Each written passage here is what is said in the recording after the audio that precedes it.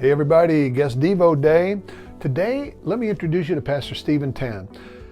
Pastor Stephen, I count as a good friend. He has blessed me. I've been able to go over to the Philippines a couple of times now, a few times, teaching at conferences that they have where they bring all of the teachers from all over the Philippines in.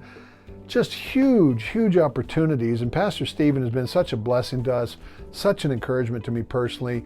He's got some really cool little videos now that he's doing on their Facebook page, behind the pews or beyond the pews. Make sure you check those out because those are fun. I was watching some. I'm sorry the name's slipping off me, but they're really fun little videos. And pray for them. They're the same as everybody else. Been getting beat up with all this stuff going on. So make sure you pray for them. But Pastor Stephen, thank you for doing this, sir. And folks, I pray that you're super encouraged today.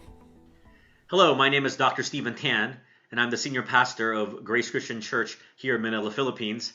I wanted to send my warmest regards and greetings to everyone at Reasons for Hope, Carl, Juan, Candice, and the wonderful team you guys have out there. Reasons for Hope has blessed our ministry here in the Philippines, and we love you guys, and we know the great work God is doing through you all around the world. I want to share with you what's happening here on the other side of the world, and so that you get an understanding that, like you, we're going through the same thing. We are under what's called an enhanced community quarantine. It's our version of our stay-at-home orders. There are checkpoints, and our movements are limited except for essential personnel. And of course, we as a church have had to adjust. We've had to go from physical church community to a virtual church community overnight. But we're still trying to do our best to support our community. We're trying to help those on the medical front line and first responders who are so brave and really at the forefront of this battle against the COVID-19 virus. I know for all of us, our lives have been disrupted in one way or another. I think this is the first time in our generation where the entire world, almost everyone, has had their lives affected in some way. And I know it's hard because a lot of us have plans. We had plans for spring break. We had plans to graduate. We had plans to have an amazing summer vacation. And all of these things have been changed. Commencement graduations have been brought online or they've been canceled. Vacation plans have had to move or be canceled as well. Sometimes we may be wondering, Lord, why are you interrupting our lives? Why are you causing such disruption? I want to encourage you that sometimes the Lord divinely interrupts our life so that we will learn a greater lesson. Oftentimes, He's leading us to something better. You know, in the book of Acts, chapter 16, Paul and Silas were on a missionary journey. It was Paul's second, and they had a great plan to bring the good news of Jesus Christ to the entire area of Asia Minor, which is modern-day Turkey today. And so Paul and Silas had this great plan. And they wanted, first of all, to go west, perhaps towards the city of Ephesus. But through circumstances and something the Bible doesn't tell us, their way is blocked. Their plans are changed.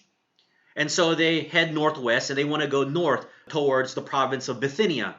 But then again, God somehow cuts them off and He interrupts their plans and He says, no, you can't go there. And so they end up in the port city of Troas. You see, God was divinely directing them through these interruptions to be at this port city because a man of Macedonia appears in a dream to Paul saying, come over here. We need the good news of Jesus. And you see, Paul and Silas were now at a port city right across the Aegean Sea from Europe. And so they headed over there and they were met with wonderful conversion stories. People were so receptive to the gospel message. You see, God was opening the entire European continent for the gospel message through the disruption in Paul and Silas's plans. Now you may be asking, why didn't God tell Paul and Silas at the beginning of their trip that He wanted to head to Europe? I think in many ways God doesn't reveal why He disrupts our lives because He wants us to trust Him. He wants us to live by faith. He wants us to listen to His voice every day. I hope you'll be able to use this time of interruption and this time of disruption in your life to quiet down your hearts perhaps and spend more time in the reading of God's Word and spend more time in prayer to try to discern the great lesson that God is bringing to you during this time of disruption. So I hope you're going to be encouraged that God doesn't disrupt us because He has nothing better to do. God doesn't interrupt our schedules because He wants to mess it up. Oftentimes, God divinely disrupts our pace of life, our schedule in general, so that He can grab hold of our attention. I hope you and I will be able to give it to Him. Again, I want to thank you for the opportunity to share some words of encouragement here from the Philippines. I pray that God's blessings will be upon you. I pray that you will keep safe and be well under God's protection. And to all my friends at Reasons for Hope, again, looking forward to seeing you guys again soon. Welcome to the Philippines anytime. Here in the Philippines, whether it's a hello or a goodbye, we say the word mabuhay. So mabuhay to each and every one of you. I leave you with these words of blessings.